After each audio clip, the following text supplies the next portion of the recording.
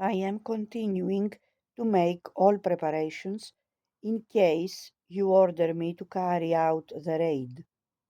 The High Command was aware that this was not the first time Sherwood Kelly had objected to orders from above.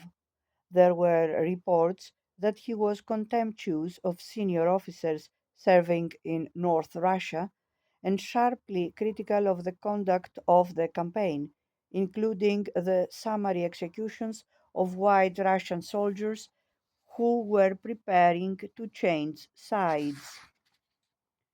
Earlier, a censor had read and revealed the contents of a letter Sherwood Kelly had written to a friend in England, in which he confided that the entire operation was a useless, aimless, and ill managed campaign, and that he could not bear any longer to see splendid soldiers who had given years of devoted sacrifice in France uselessly killed.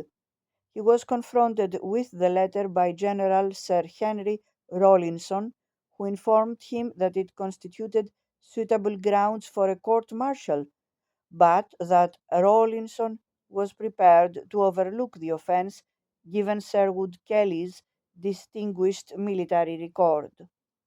He was, however, to be relieved of his command and sent back to England. When he discovered that intrigues were continuing against him, the South African went public.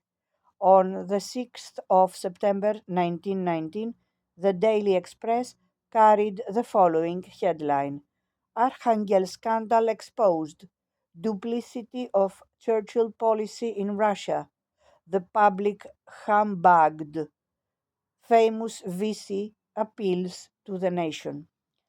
Sherwood Kelly's open letter in the paper was devastating. Soldiers, he wrote, had been recruited under false pretenses and told outright lies. They had assumed it was a defensive, low level relief operation designed to evacuate exhausted troops holed up in the Arctic.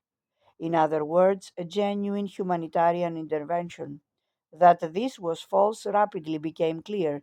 In fact, he wrote, the soldiers were being used for offensive purposes on a large scale and far into the interior, in furtherance of some ambitious plan of campaign, the nature of which we were not allowed to know.